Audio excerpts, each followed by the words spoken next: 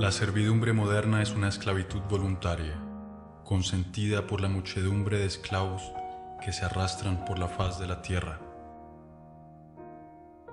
Ellos mismos compran las mercancías que los esclavizan cada vez más. Ellos mismos buscan un trabajo cada vez más alienante que se les otorga si demuestran estar suficientemente avanzados.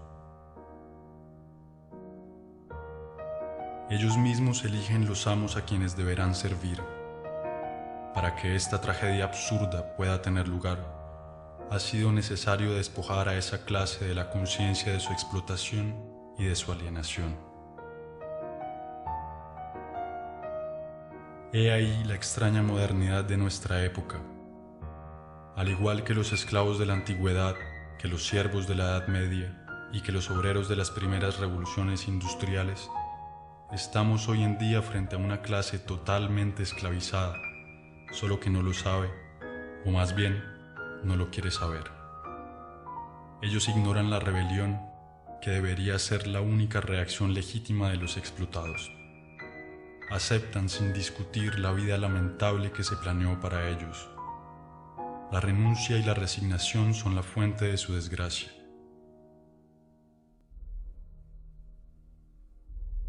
He ahí la pesadilla de los esclavos modernos que no aspiran sino a ser llevados por la danza macabra del sistema de la alienación.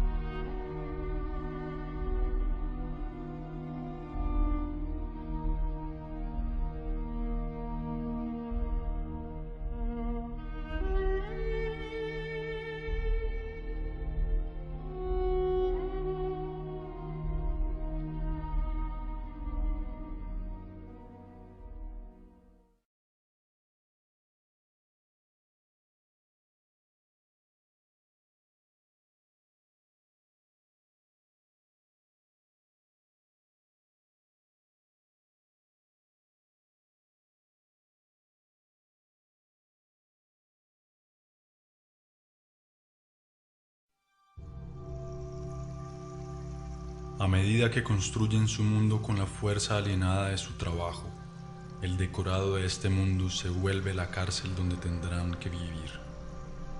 Un mundo sórdido, sin sabor ni olor, que lleva en sí la miseria del modo de producción dominante. Este decorado está en permanente construcción, nada en él es constante.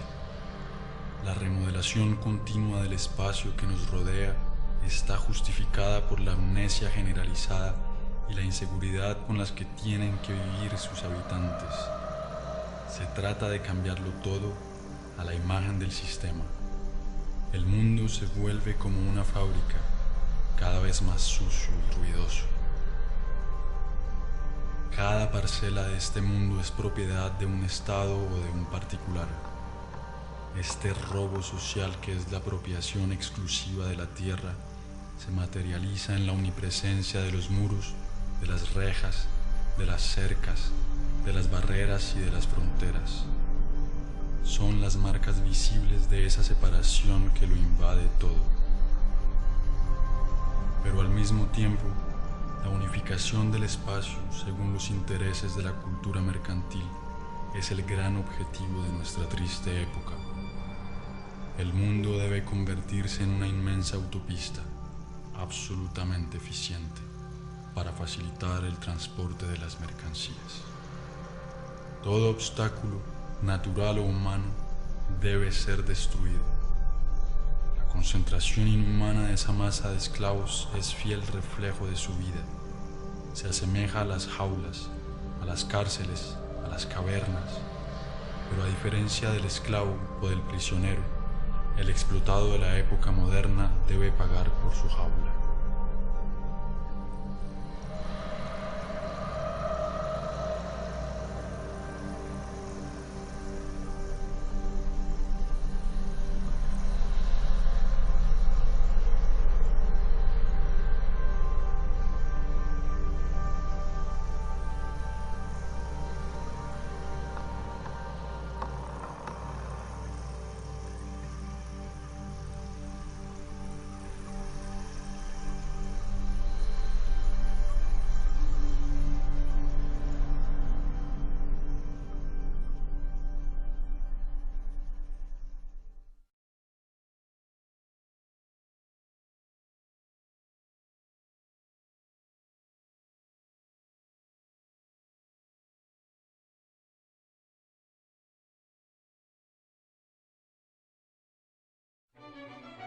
En este estrecho y lúgubre espacio en donde vive, el esclavo acumula las mercancías que, según los mensajes publicitarios omnipresentes, deberán traerle la felicidad y la plenitud. Pero entre más acumula mercancías, más se aleja de él la posibilidad de acceder un día a la felicidad.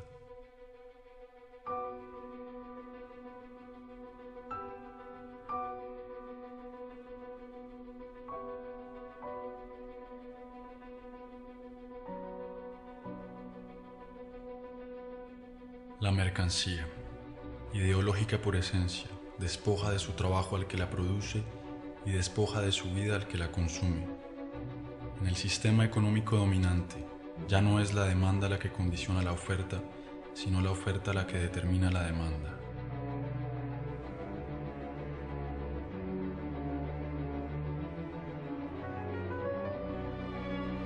Es así como surgen de manera periódica nuevas necesidades consideradas vitales por la inmensa mayoría de la población.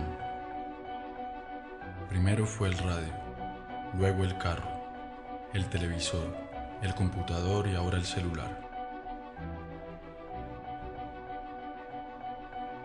Todas estas mercancías, distribuidas masivamente en un corto lapso de tiempo, modifican en profundidad las relaciones humanas. Sirven por un lado para aislar a los hombres un poco más de sus semejantes y por otro para difundir los mensajes dominantes del sistema. Las cosas que poseemos terminan por poseernos.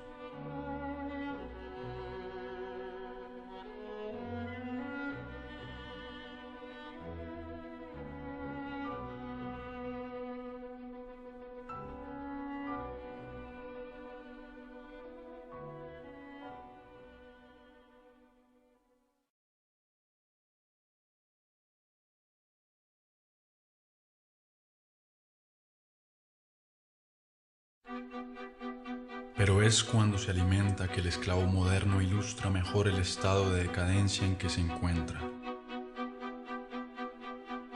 Disponiendo cada vez de menos tiempo para preparar la comida que ingiere, se ve reducido a consumir a la carrera lo que la industria agroquímica produce.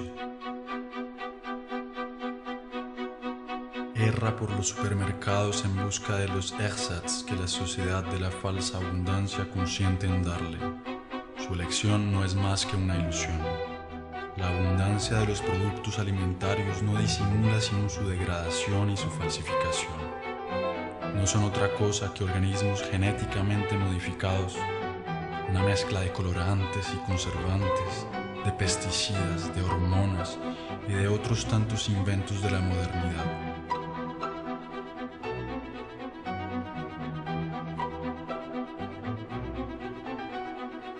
La búsqueda del placer inmediato es la regla del modo de alimentación dominante, así como la de todas las formas de consumo, y las consecuencias que ilustran esta manera de alimentarse se ven por todas partes. Pero es frente a la indigencia de la mayoría que el hombre occidental se regocija de su posición y de su consumo frenético. Por lo tanto, la miseria está donde quiera que reine la sociedad totalitaria mercantil. La escasez es la otra cara de la moneda de la falsa abundancia. La producción agroquímica es suficiente para alimentar a la totalidad de la población. Sin embargo, en un sistema que hace de la desigualdad un criterio de progreso, el hambre no desaparecerá jamás.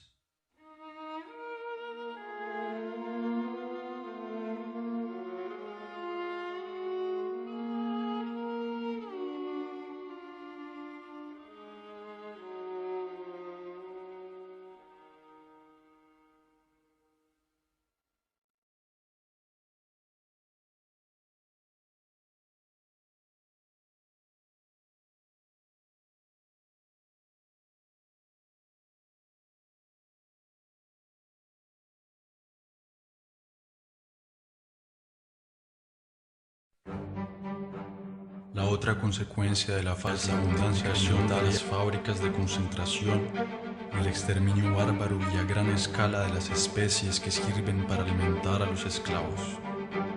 Esta es la esencia misma del modo de producción dominante. La vida y la humanidad no resisten más ante el afán de lucro de unos cuantos.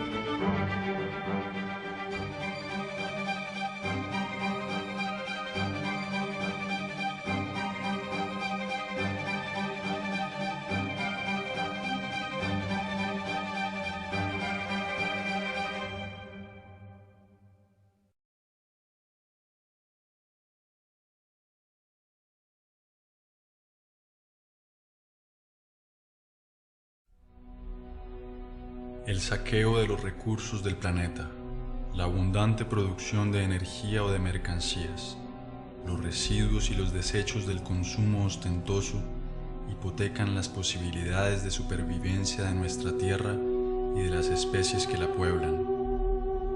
Pero para darle paso al capitalismo salvaje, el crecimiento no deberá parar jamás. Hay que producir, producir y volver a producir cada vez más.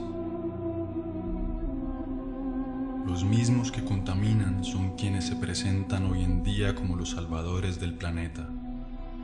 Esos imbéciles de la industria del espectáculo, patrocinados por las firmas multinacionales, intentan convencernos de que un simple cambio en nuestros hábitos bastará para salvar al planeta del desastre. Y mientras que nos culpan, continúan contaminando sin cesar el medio ambiente y nuestro espíritu. Esas pobres tesis pseudoecológicas son repetidas por todos los políticos corruptos que necesitan eslóganes publicitarios, pero que evitan proponer un cambio radical en el sistema de producción. Se trata, como siempre, de cambiar algunos detalles para que lo esencial siga siendo igual.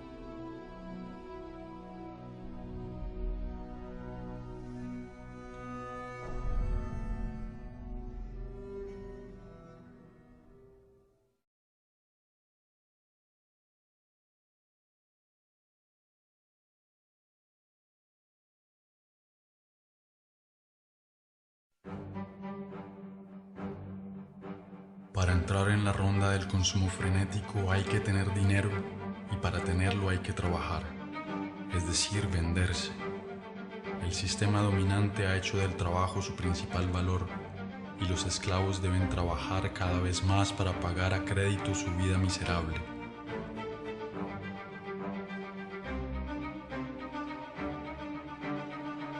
Se agotan en el trabajo, pierden con él la mayor parte de su fuerza vital y tienen que soportar las peores humillaciones. Pasan toda su vida haciendo una actividad extenuante y molesta, para el beneficio de unos cuantos. La invención del desempleo moderno tiene como propósito asustarlos y hacerles agradecer sin cesar la generosidad del poder. ¿Qué harían sin esta tortura que es el trabajo? Son estas actividades alienantes las que nos presentan como una liberación. ¡Qué mezquindad y qué desdicha!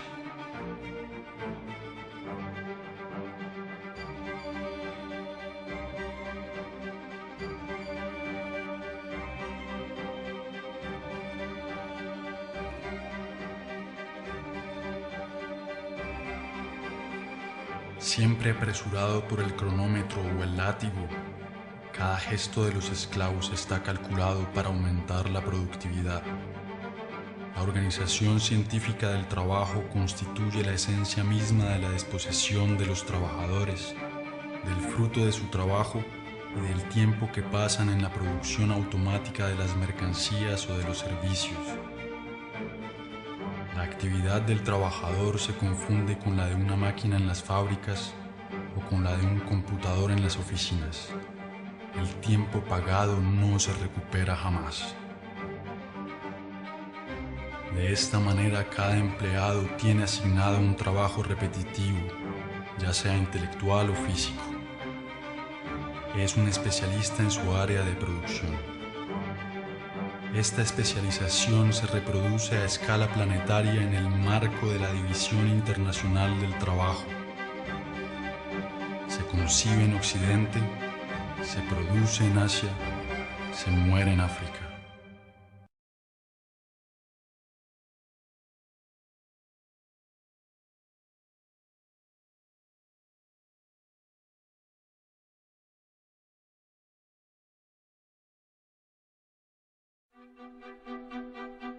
A medida que el sistema de producción coloniza todos los sectores de la vida, el esclavo moderno, no conforme con su servidumbre en el trabajo, sigue desperdiciando su tiempo en las actividades de esparcimiento y las vacaciones planificadas. Ningún momento de su vida escapa a la influencia del sistema. Cada instante de su vida ha sido invadido. Es un esclavo de tiempo completo.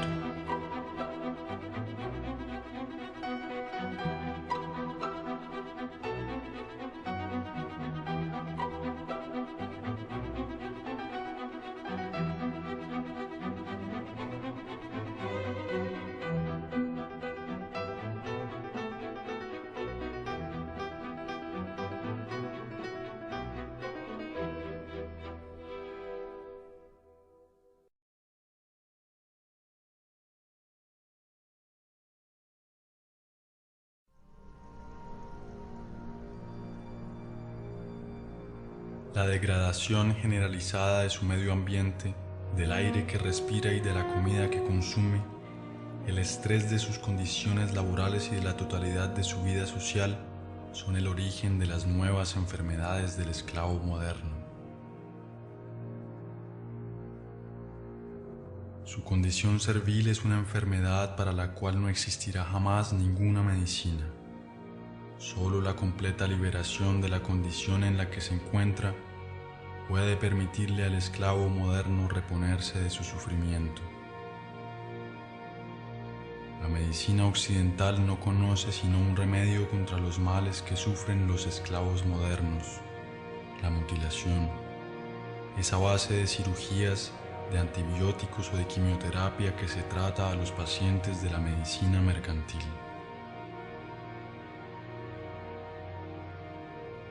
Nunca se ataca el origen del mal sino sus consecuencias, porque la búsqueda de las causas nos conduciría inevitablemente a la condenación implacable de la organización social en su totalidad.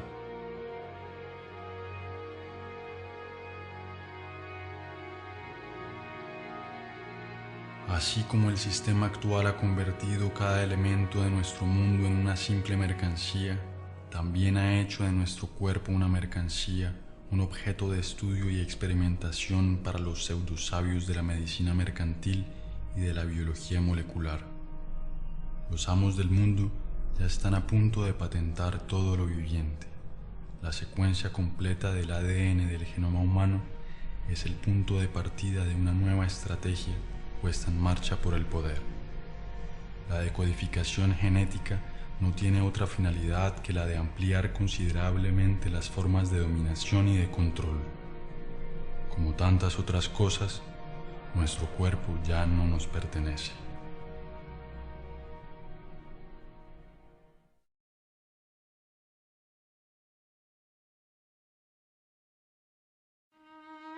Lo mejor de su vida se le escurre por los dedos, pero él continúa porque tiene la costumbre de obedecer desde siempre. La obediencia se ha convertido en su segunda naturaleza. Obedece sin saber por qué, simplemente porque sabe que tiene que obedecer. Obedecer, producir y consumir, he ahí el tríptico que domina su vida. Obedece a sus padres, a sus profesores y a sus patrones, a sus propietarios y a sus mercaderes. Obedece a la ley y a las fuerzas del orden. Obedece a todos los poderes porque no sabe hacer otra cosa. No hay nada que lo asuste más que la desobediencia, porque la desobediencia es el riesgo, la aventura, el cambio. Así como el niño entra en pánico apenas pierde de vista a sus padres, el esclavo moderno se siente desorientado sin el poder que lo ha creado. Por eso, continúa obedeciendo. El miedo ha hecho de nosotros unos esclavos y nos mantiene en esa condición. Nos inclinamos ante los amos del mundo, aceptamos esta vida de humillaciones y de miseria solamente por temor. Sin embargo, nosotros disponemos de la fuerza numérica frente a la minoría que gobierna. Su fuerza no la obtienen de su policía, sino de nuestro consentimiento. Justificamos nuestra cobardía al enfrentamiento legítimo contra las fuerzas que nos oprimen con un discurso lleno de humanismo moralizador. El rechazo a la violencia revolucionaria está anclado en los espíritus de aquellos que se oponen al sistema, defendiendo unos valores que el mismo sistema les ha enseñado. Pero cuando se trata de conservar su hegemonía, el poder no vacila nunca en utilizar la violencia.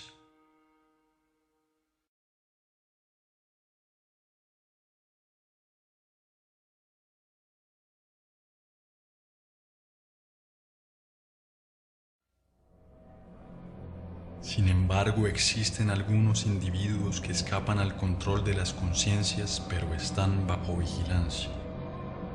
Todo acto de rebelión o de resistencia es asimilado como una actividad desviada o terrorista. La libertad no existe sino para aquellos que defienden los imperativos mercantiles.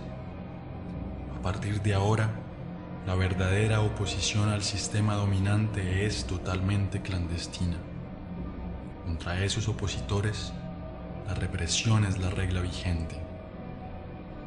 Y el silencio de la mayoría de los esclavos frente a esta represión es justificado por el propósito mediático y político de negar el conflicto que existe en la sociedad real.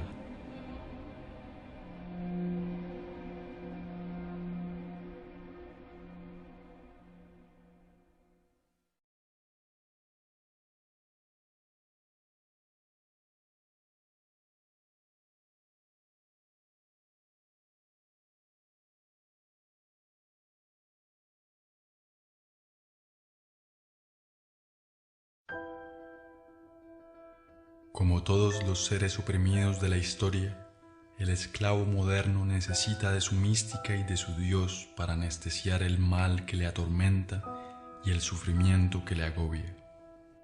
Pero este nuevo Dios a quien entregó su alma no es más que la nada, un trozo de papel, un número que tiene sentido solo porque todos han decidido dárselo. Es por este nuevo Dios que estudia, trabaja, riñe y se vende. Es por este nuevo Dios que ha abandonado sus valores y está dispuesto a hacer lo que sea. Él cree que entre más plata posea, más se librará de la coacción que lo sujeta. Como si la posesión fuera de la mano de la libertad. La liberación es una ascesis que proviene del dominio de sí mismo, un deseo y una voluntad de actuar. Está en el ser y no en el tener. Pero hay que decidirse a no servir ni obedecer más. Hace falta ser capaz de romper con unos hábitos que nadie, al parecer, osa poner en tela de juicio. El esclavo moderno está convencido de que no existe alternativa a la organización del mundo presente. Se ha resignado a esta vida porque piensa que no puede haber otra.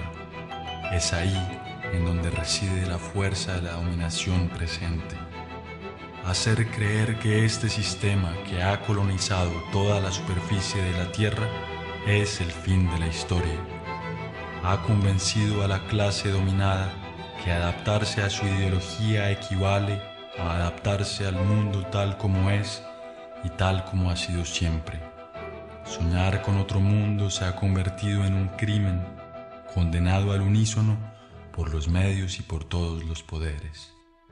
En realidad el criminal es aquel que contribuye, consciente o no, a la demencia de la organización social dominante. No hay locura más grande que la del sistema presente.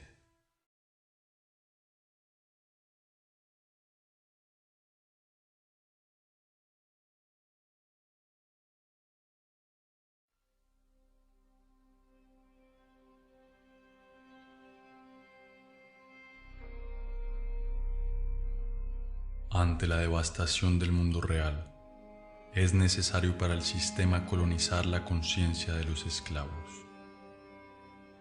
Es por eso que el sistema dominante ha decidido enfocarse en la disuasión que desde la más pequeña edad cumple el papel preponderante en la formación de los esclavos.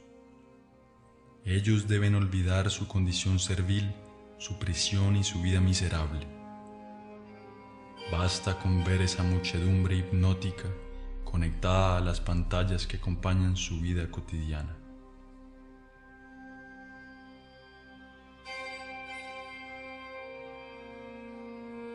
Ellos disfrazan su insatisfacción permanente con el reflejo manipulado de una vida soñada, hecha de dinero, de gloria y de aventura.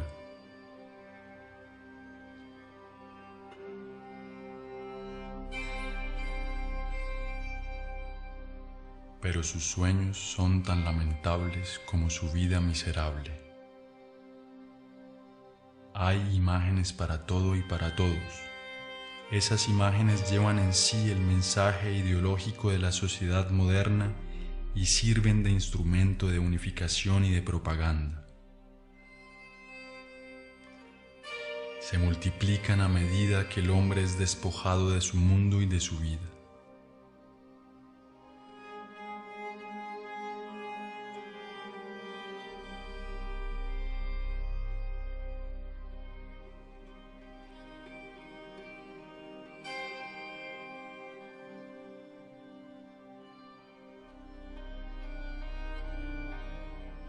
Es el niño el primer blanco de esas imágenes.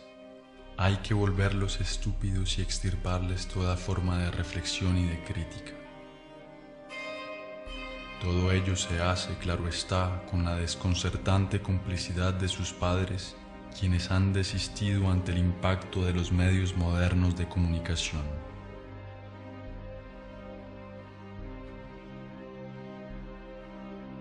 Ellos mismos compran todas las mercancías necesarias para la esclavización de su progenie, se desentienden de la educación de sus hijos y se la dejan al sistema del embrutecimiento y de la mediocridad.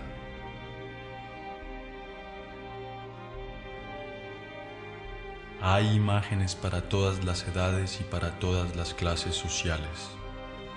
Los esclavos modernos confunden esas imágenes con la cultura y a veces con el arte.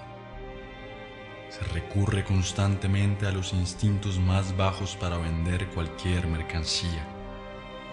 Y es la mujer, doblemente esclava en la sociedad presente, la que paga el precio más alto.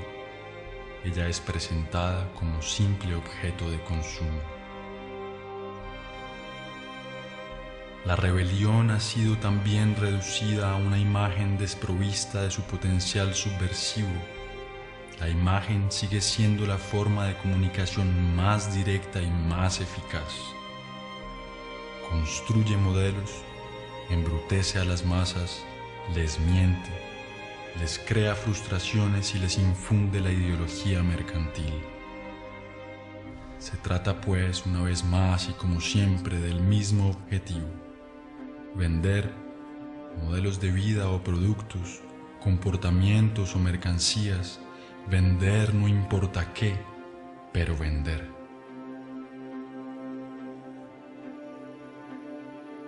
Esos pobres hombres se divierten, pero ese divertimiento no sirve más que para distraerlos del auténtico mal que los acosa. Han dejado que hicieran de su vida cualquier cosa y fingen sentirse orgullosos de ello. Intentan lucir satisfechos, pero nadie les cree. Ni ante el frío reflejo del espejo alcanzan a engañarse.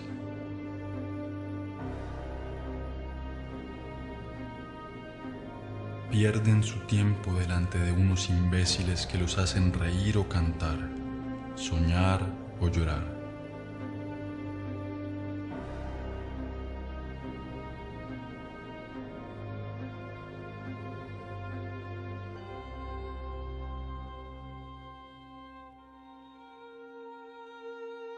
A través del deporte mediático se representa el éxito y el fracaso, el esfuerzo y las victorias que el esclavo moderno ha dejado de vivir en carne propia. Su insatisfacción lo incita a vivir por encargo frente a su aparato de televisión.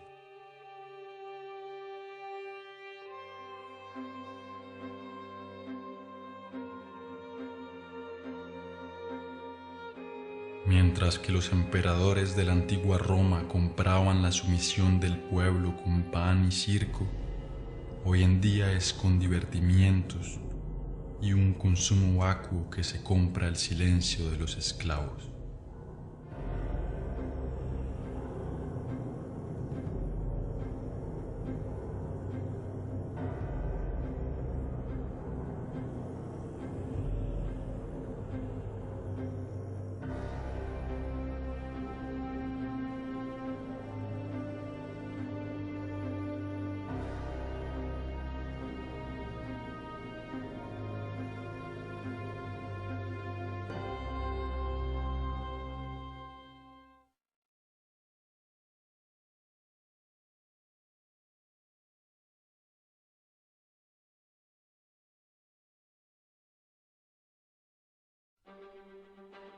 El control de las conciencias es el resultado de la utilización viciada del lenguaje por la clase económica y socialmente dominante.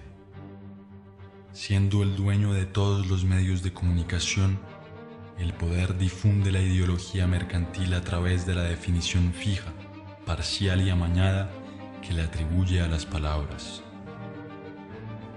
Las palabras son presentadas como si fueran neutras y su definición como evidente. Controladas por el poder, designan siempre una cosa muy distinta a la vida real. Es ante todo un lenguaje de la resignación y de la impotencia, el lenguaje de la aceptación pasiva de las cosas tal como son y tal como deben permanecer. Las palabras actúan por cuenta de la organización dominante de la vida y el hecho mismo de utilizar el lenguaje del poder nos condena a la impotencia. El lenguaje es el punto esencial de la lucha por la emancipación humana.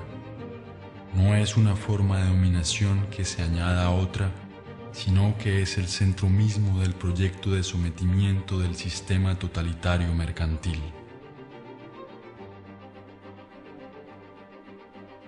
Es a través de la reapropiación del lenguaje y por tanto de la comunicación real entre las personas que surge de nuevo la posibilidad de un cambio radical.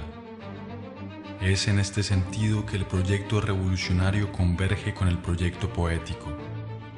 En la efervescencia popular, la palabra hablada es reaprendida y reinventada por extensos grupos.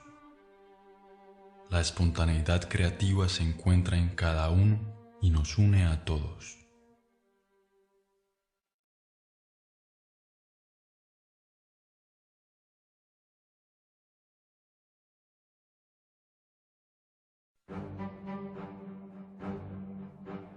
No obstante, los esclavos modernos se sienten todavía ciudadanos. Creen votar y decidir libremente quién conducirá sus asuntos como si aún pudieran elegir. Pero cuando se trata de escoger la sociedad en la que queremos vivir, ¿creen ustedes que existe una diferencia fundamental entre la socialdemocracia y la derecha nacionalista en Francia, entre demócratas y republicanos en Estados Unidos, entre liberales y conservadores en Colombia? No existe ninguna oposición, puesto que los partidos políticos dominantes están de acuerdo en lo esencial: la conservación de la presente sociedad mercantil. Ninguno de los partidos políticos que pueden acceder al poder pone en entredicho el dogma del mercado. Y son esos mismos partidos los que con la complicidad mediática acaparan las pantallas, riñen por pequeños detalles con la esperanza de que todo siga igual. Se disputan por saber quién ocupará los puestos que les ofrece el parlamentarismo mercantil. Esas pobres querellas son difundidas por todos los medios de comunicación con el fin de ocultar un verdadero debate sobre la elección de la sociedad en la que queremos vivir. La apariencia y la futilidad dominan sobre el enfrentamiento de las ideas. Todo esto no se parece en nada, ni de lejos, a una democracia. La democracia real se define en primer lugar y ante todo por la participación masiva de los ciudadanos en la gestión de los asuntos de la ciudad. Es directa y participativa. Encuentra su expresión más auténtica en la asamblea popular y en el diálogo permanente sobre la organización de la vida en común.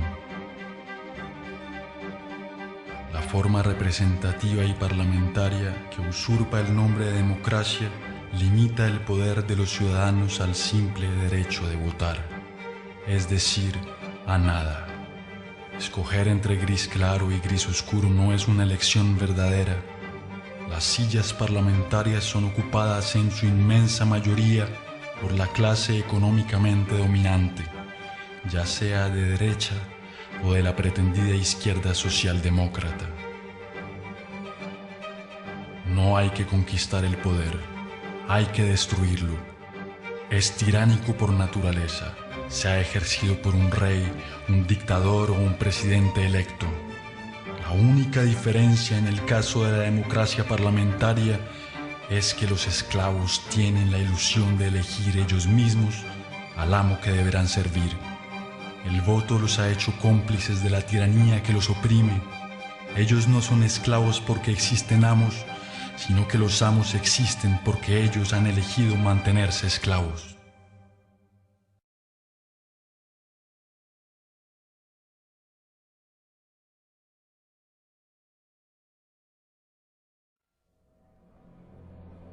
El sistema dominante se define entonces por la omnipresencia de su ideología mercantil. Ocupa a la vez todos los espacios y todos los sectores de la vida. No profesa más que la necesidad de producir, vender, consumir, acumular. Ha reducido todas las relaciones humanas a unas parcas relaciones mercantiles y considera que nuestro planeta es una simple mercancía. La función que nos asigna es el trabajo servil. El único derecho que reconoce es el derecho a la propiedad privada. Al único Dios que rinde culto es al dinero. El monopolio de la apariencia es total. Solo aparecen los hombres y los discursos favorables a la ideología dominante. La crítica de este mundo se ahoga en el mar mediático que determina qué está bien y qué está mal, lo que se puede y lo que no se puede ver.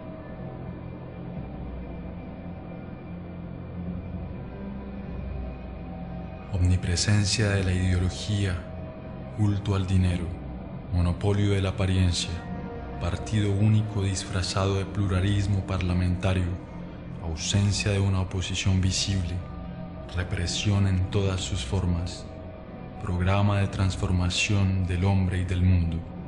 He ahí la verdadera cara del totalitarismo moderno que ellos llaman democracia liberal, pero que es hora de llamar por su verdadero nombre: el sistema totalitario mercantil.